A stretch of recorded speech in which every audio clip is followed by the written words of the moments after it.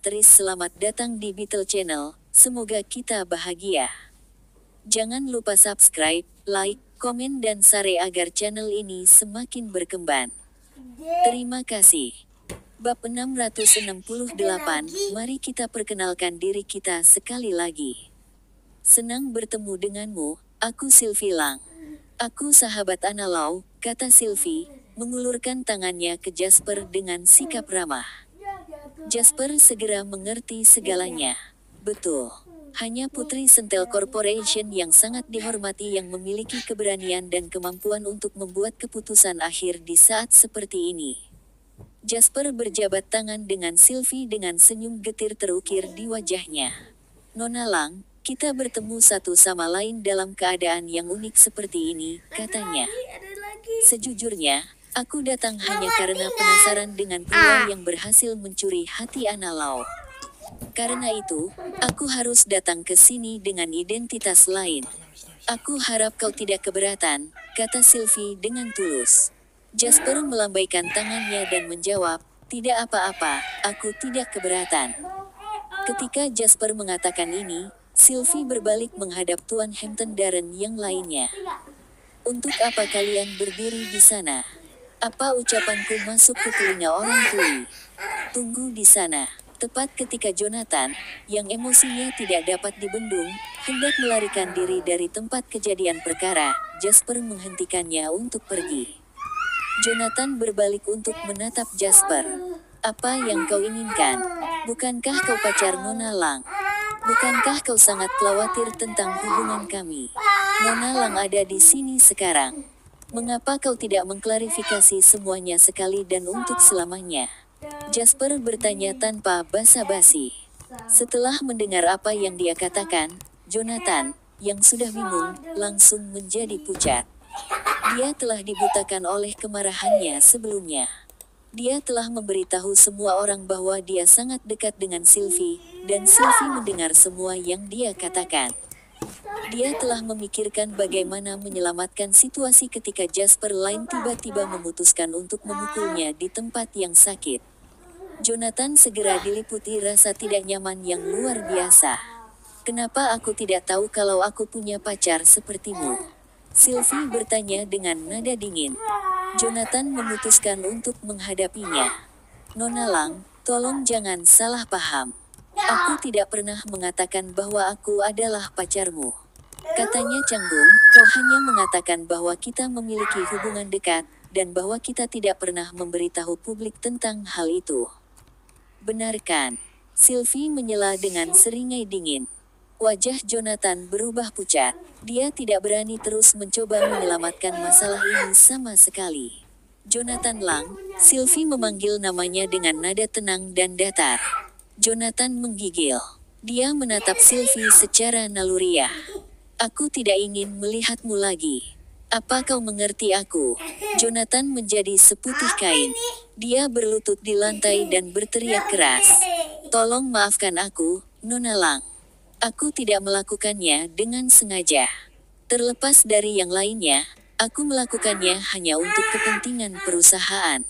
Juga, tambah Sylvie, mengabaikan ekspresinya yang menangis dan ratapan putus asa.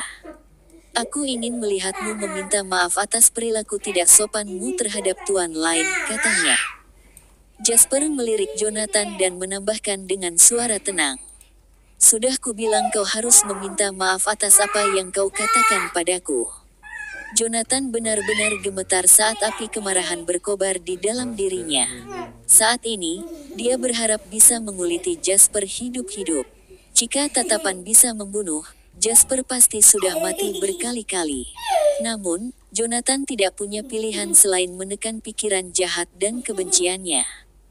Sebaliknya, dia menarik napas dalam-dalam dan menundukkan kepalanya ke arah Jasper. Maafkan aku, katanya pelan. Aku tidak mendengarmu, kata Jasper. Jonathan mengangkat kepalanya tiba-tiba. Aku sudah bilang aku minta maaf. Dia berteriak dengan paksa. Kau tidak mengatakannya dengan sikap yang tulus, jawab Jasper dengan ekspresi yang tidak berubah. Jonathan memelototi Jasper dengan penuh kebencian. Kau bajingan, jangan berlebihan. Kau juga harus meminta maaf atas apa yang baru saja kau katakan, tambah Jasper dengan tenang. Krak, krak, krak. Jonathan menggertakkan giginya karena marah, suara giginya yang saling berbenturan bergema di seluruh ruangan. Dia ingin meninggalkan ruangan dan membanting pintu hingga tertutup, tetapi tatapan dingin dan menusuk Sylvie Lang membuat dia tidak bergerak. Dia tahu sikap dan temperamen Sylvie dengan baik. Jika dia pergi seperti ini sekarang, dia memiliki 100 cara untuk menyiksanya selama sisa hidupnya. Karena itu, dia tidak berani mengambil risiko menerapkan hukumannya. Maafkan aku. Aku minta maaf padamu sekarang, kata Jonathan. Tidak ada gunanya baginya untuk berjuang, jadi dia tidak punya pilihan selain menyerah pada Jasper. Apa kau puas? Jika tidak, aku bisa membuatnya meminta maaf kepadamu sepanjang hari, kata Sylvie kepada Jasper. Biarkan dia pergi, kata Jasper. Apa kau mendengar apa yang dia katakan? Dia memintamu untuk pergi, kata Sylvie kepada Jonathan. Merasa seperti anjing yang sedang diperintah, Jonathan mengepalkan tinjunya dengan marah. Kemudian, dia berbalik dan meninggalkan ruangan tanpa mengucapkan sepatah kata pun. Begitu dia membuka pintu, dia berpapasan dengan Emerson Lang, yang bergegas ke ruang pertemuan. Setelah menyadari bahwa dia menabrak Jonathan, Emerson menamparkan wajahnya dengan keras dalam ledakan kemarahan yang hebat. Jonathan, yang belum bisa menenangkan diri setelah menabrak Emerson, langsung terkena pukulan di wajahnya. Dia mencengkeram wajahnya dan menatap Emerson dengan mata merah. Paman, mengapa kau memukulku? Dia berteriak. Bukankah kau melaporkanku karena berkolusi dengan orang luar? Apa aku tidak boleh memukulmu karena itu? Tanya Emerson. Dia sangat marah sehingga dia tiba-tiba tertawa.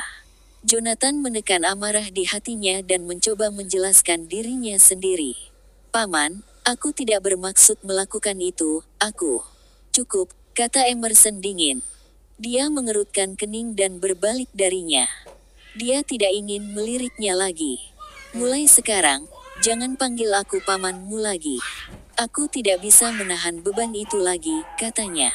Setelah mengatakan ini, dia bergegas ke ruang pertemuan bahkan tanpa melihat kembali ke Jonathan, yang hanya menatap kosong ke angkasa. Saat pintu ruang rapat terbanting menutup, Jonathan akhirnya bisa mengungkapkan kebenciannya yang membara. Dia mengangkat tangannya dan dengan cepat meninju dinding. Suara keras terdengar saat kulit di sekitar buku-buku jarinya terkoyak. Namun, dia tidak bisa merasakan sakit sama sekali. Jasper Lang, tunggu saja. Dia berteriak dengan suara pelan, wajahnya berubah marah. Pada saat itu, suasana di ruang pertemuan itu tenang dan hening. Aku sangat menyesal, Tuan Lang. Jonathan Lang, bajingan itu, menyebabkan begitu banyak masalah bagi kalian berdua, Tuan Lang dan Nona Lang, Emerson menjelaskan. Dia berkeringat deras. Pada saat yang sama, Emerson sesekali melirik Sylvie. Bagaimanapun, Jasper tidak berarti banyak bagi Emerson. Namun, sikap Sylvie Lang menentukan bagaimana masa depannya akan terlihat. Sebagai seorang eksekutif senior, dia akan tersiksa jika terlibat dalam perselisihan dengan putri kesayangan keluarga Lang. Tuan Emerson, aku pikir perlu bagi perusahaan untuk mempertimbangkan kembali posisi Jonathan Lang sebagai presiden cabang, kata Sylvie dengan sungguh-sungguh. Emerson segera mengerti apa yang disiratkan Sylvie. Dia mengangguk dan berkata, ya, aku setuju. Dari kejadian ini, aku dapat melihat bahwa kemampuannya tidak memadai untuk posisinya saat ini. Aku akan mempertimbangkan untuk merombak pekerjaannya. Bagus. Kau bisa pergi sekarang, kata Sylvie. Emerson melirik ekspresi Sylvie dengan hati-hati dan melihat bahwa dia tidak tampak marah. Setelah itu, dia mengucapkan selamat tinggal pada mereka berdua dan meninggalkan ruang pertemuan. Setelah masalah berakhir, Sylvie menyerahkan kontrak kepada Jasper dengan senyum ceria di wajahnya. Mari kita kembali ke masalah yang belum berhasil kita selesaikan sekarang, katanya. Bab 669 ekspresi aneh terbentuk di wajah Jasper setelah dia mendengar ucapannya. Tidak peduli bagaimana dia menafsirkan kata-katanya, itu masih terdengar sangat menyesatkan. Namun, Jasper tidak menghabiskan terlalu banyak waktu untuk merenungkannya saat dia dengan cepat menandatangani namanya di kontrak. Setelah itu, dia mengeluarkan cek senilai 10 juta dolar AS dan menyerahkannya kepada Sylvie. Terima kasih atas bantuanmu, Nona Lang. Kesepakatan ini tidak akan mungkin terjadi tanpamu, kata Jasper tulus. Tanpa melihat cek, Sylvie menyerahkan folder berisi dokumen paten ke Jasper. Tidak apa-apa, aku hanya melakukan sedikit bantuan untuk Anna, katanya dengan senyum ceria. Bagaimana kau tahu Anna? Itu hanya kebetulan, kata Jasper saat dia menjelaskan kepada Sylvie tentang bagaimana dia bisa mengenal Anna. Kau cukup berani. Saat itu, ayah Anna pasti tidak memperhatikanmu. Beraninya kau menyombongkan dirimu di hadapannya. Sylvie berkata, sedikit ketertarikan dalam suaranya. Tidak ada yang berbeda secara mendasar tentang kami berdua. Pertama, kami berdua manusia. Kedua, kami berdua pengusaha. Dia tidak diragukan lagi seorang pengusaha terkemuka sedangkan aku hanya dapat dianggap sebagai pengusaha kecil. Namun, ini tidak berarti bahwa aku tidak dapat menemukan sesuatu yang dia butuhkan. Faktanya, kami berdua bekerja sama dengan bahagia sekarang. Kami berdua mengambil apa yang kami butuhkan, dan kami saling mendapat manfaat dari kerja sama kami, kata Jasper sambil tersenyum. Sylvie mengangguk mengerti. Kau berbeda dari yang lain. Kau membawa dirimu penuh percaya diri, dan ini memberimu jenis karisma yang tidak dapat ditemukan pada orang biasa, katanya. Apakah itu pujian? Tanya Jasper. Tentu saja, kata Sylvie dengan senyum tipis. Jasper mengucapkan selamat tinggal pada Sylvie setelah mengobrol dengannya selama sekitar setengah jam. Sudah hampir waktunya bagi mereka untuk pulang kerja. Sylvie juga tidak memintanya untuk tinggal. Dia hanya melihat dia pergi setelah mereka bertukar nomor kontak mereka. Setelah Jasper pergi, Sylvie mengeluarkan ponselnya dan menelepon. Anna Lau, aku bertemu kekasihmu hari ini. Aku tahu kau tidak bisa menolak. Bagaimana dia? Dia tidak buruk, kan? Suara Anna terdengar dari ujung telepon. Bersandar dengan nyaman di kursi, Sylvie dengan santai bermain dengan cek di tangannya. Dia tiba-tiba tertawa setelah melihat kortan bunyi tanda tangan Jasper di cek. Mengapa kau tertawa? Tanya Anna penasaran. Tidak apa, aku baru saja memikirkan sesuatu yang menarik. Anna segera menjadi waspada. Aku menyukainya lebih dulu, jadi jangan merebutnya dariku. Aku sudah sakit kepala sekarang, katanya. Oh, apakah Nona Lau yang tinggi dan perkasa takut seseorang akan mencuri kekasihnya? Jangan khawatir, aku tidak tertarik pada pria atau wanita. Aku hanya ingin fokus pada karirku. Setelah meninggalkan Sentel Corporation, Jasper pergi menemui Damon Golding sekali lagi. Dia kemudian memperoleh sertifikat otorisasi untuk peningkatan paten di bawah tatapan licik Damon. Meskipun ada beberapa kendala, semuanya akhirnya berakhir dengan lancar. Jasper tahu bahwa sudah waktunya untuk kembali ke Summerland saat dia memegang 2 dokumen paten di tangannya. Perjalanannya ke Koreana bisa dibilang sukses total. Setelah kembali ke hotel, Jasper dan Jack masuk ke kamar secara bersamaan. Bagaimana keadaan hari ini, Jack? Melihat ekspresi gelap di wajah Jack, Jasper tahu bahwa segala sesuatunya pasti tidak berjalan mulus. Namun, Jasper juga tidak mengharapkannya untuk menyelesaikan semuanya pada percobaan pertama. Membeli game berbeda dengan membeli paten, karena melibatkan lebih banyak bagian yang bergerak. Ini juga alasan mengapa Jasper mengalokasikan tugas ini kepada Jack. Ke depan, fokus utama Sena adalah game online. Karena itu, Jack House mulai berkecimpung di industri ini sesegera mungkin. Jack mengeluarkan dengungan lelah sebagai tanggapan. Dia kemudian menghela napas dalam-dalam. Setelah orang-orang Koreana ini mengetahui bahwa aku berasal dari Summerland, mereka bertindak sangat angkuh. Mereka tidak memiliki niat yang tulus untuk membicarakan bisnis denganku. Selain menawarkan harga yang kolosal, mereka juga mengajukan sejumlah persyaratan yang berat, gerutunya. Aku mengatakan kepada mereka bahwa mereka tidak tulus. Coba tebak apa yang mereka katakan kepadaku sebagai tanggapan. Mereka mengatakan kepadaku bahwa Summerland adalah negara yang miskin dan terbelakang. Pengusaha dari Summerland kebanyakan adalah penipu. Dan kami bahkan tidak mampu membeli game mereka. Jack menarik dasi yang melilit kerahnya dengan marah. Orang-orang Koreana ini benar-benar gila, katanya. Jasper tertawa sambil menepuk bahu Jack. Itu normal. Banyak orang dari luar negeri yang masih menganggap kita sebagai negara terbelakang dan belum berkembang. Kesan mereka terhadap kita secara bertahap akan berubah seiring dengan waktu, katanya. Orang-orang hanya akan memandangmu dengan hormat setelah kau tumbuh lebih kuat. Diskriminasi seperti ini akan berubah di masa depan. Jack terus mengeluh dengan jijik. Aku bahkan tidak pernah mengalami diskriminasi yang begitu jelas selama aku di Weresok. Apa yang harus kita lakukan sekarang, Tuan Lain? Haruskah aku pergi ke sana lagi besok? Kau harus pergi ke sana lagi, kata Jasper, menganggukkan kepalanya dengan tekad. Semakin mereka memandang rendah kita, semakin kita harus bertekad untuk mencapai tujuan kita. Sehubungan dengan persyaratan keras mereka, setujui mereka jika mereka tidak terlalu tidak masuk akal. Suatu hari, mereka akan menyadari betapa kuatnya kita. Jack mengangguk dan berkata, baiklah, aku akan mendekati mereka lagi besok. Namun, hari ini juga tidak sepenuhnya sia-sia. Paling tidak, mereka tampaknya memiliki niat untuk menjual game tersebut. Mereka baru saja menemukan pembeli yang cocok. Jika kau berhasil membeli game, jangan lupakan hak keagenan karena hak keagenan masih ada di tangan mereka. Ini berarti kita akan tunduk pada kendali mereka terkait produksi pembaruan versi game di masa mendatang. Yang terpenting, mereka pasti akan mencoba bersaing dengan kita untuk itu setelah mereka menyaksikan keuntungan besar di Summerland. Karena itu, pastikan untuk membeli game ini secara keseluruhan.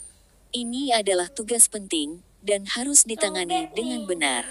Aku hanya bisa menyerahkannya padamu. Jangan khawatir, Tuan Lain.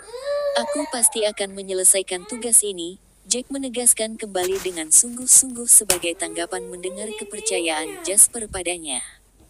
Bagus. Aku akan kembali ke Summerland besok. Tetap di sini dan selesaikan masalah ini, dan kembalilah. Setelah kesepakatan selesai, kata Jasper. Prioritas utama Jasper saat ini adalah menyelesaikan jalur produksi MP3, dan kemudian memulai produksi dan penjualan di Summerland.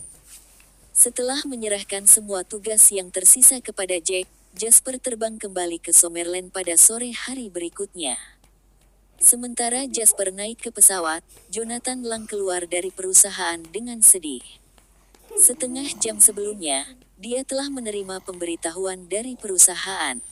Dia telah dicopot dari posisinya sebagai presiden cabang, dan akan dipindahkan ke perusahaan lain sebagai manajer penjualan. Penurunan drastis dalam karirnya menyebabkan kebenciannya terhadap Jasper tumbuh semakin kuat.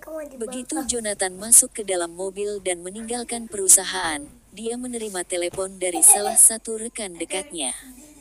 Bos, aku mengetahui bahwa Jasper Lain telah naik pesawat kembali ke Summerland. Aku juga menemukan semua informasi mengenai perusahaannya di sana. Haruskah aku mengirimkannya kepadamu nanti? Ekspresi Jonathan menjadi lebih cerah setelah menerima berita itu. Kirimkan padaku. Apakah dia berpikir bahwa aku tidak akan bisa melakukan apapun padanya setelah dia kembali ke Summerland? Ada banyak orang di negara itu yang ingin mendapatkan sisi baikku. Aku bisa mengakhiri dia dengan berkonspirasi dengan orang-orang di sana. Bab 670. Sementara itu, Jasper tidak tahu Jonathan melakukan begitu banyak hal di belakangnya. Setelah penerbangan 4 jam, Jasper akhirnya tiba di kota Reed. Setibanya di Summerland, Jasper menghirup udara dalam-dalam di kota Reed. Meski udaranya tidak segar, Setidaknya dia sudah kembali ke negara asalnya. Rasanya masih jauh lebih baik daripada berada di tempat asing. Kota Reed terletak tepat di sebelah kota Cavern. Oleh karena itu, ia mendapat manfaat dari pengembangan kota Cavern. Kota Reed akan berkembang pesat di masa depan, dan bahkan akan terus memproduksi 15% produk elektronik dunia.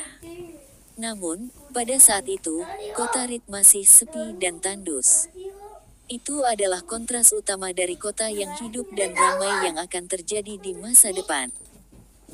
Julian, yang ikut pulang dengan Jasper, menatap ladang besar yang menutupi kota Reed saat dia mengendarai mobil sewaan. Jasper, apa kau benar-benar akan membangun pabrik MP3 di sini? Dia bertanya dengan rasa ingin tahu. Jasper tertawa. Mengapa? Apa menurutmu itu ide yang buruk?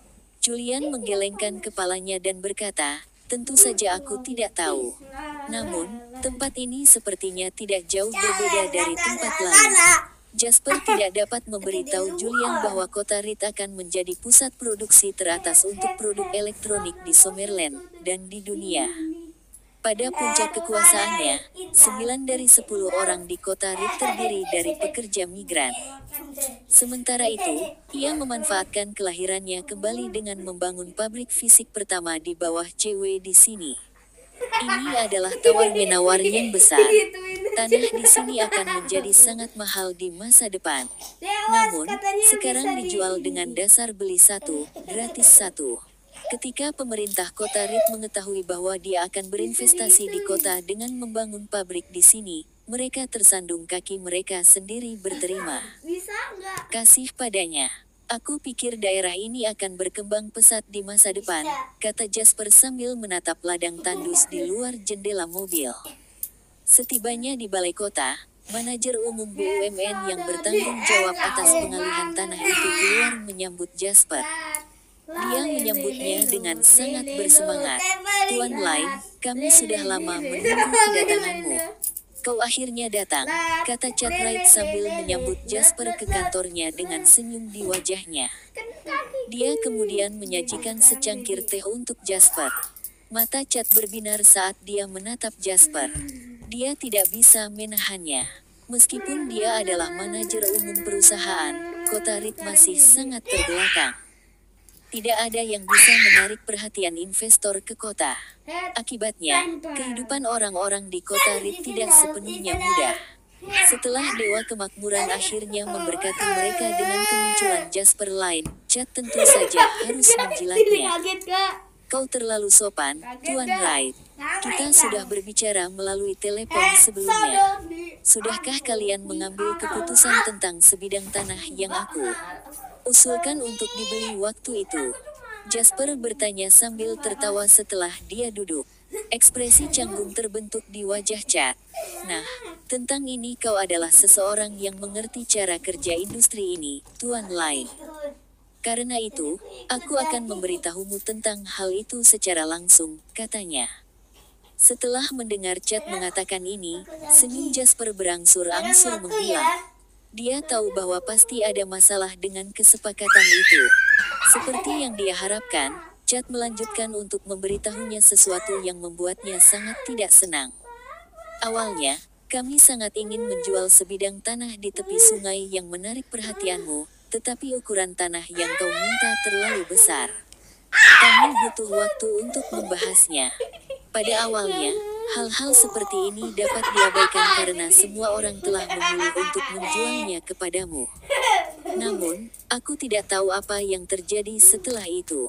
Setelah berita tentang kesepakatan itu keluar, sebuah perusahaan lokal di kota Reed juga memberitahu kami dengan niat mereka untuk membeli sebidang tanah yang sama.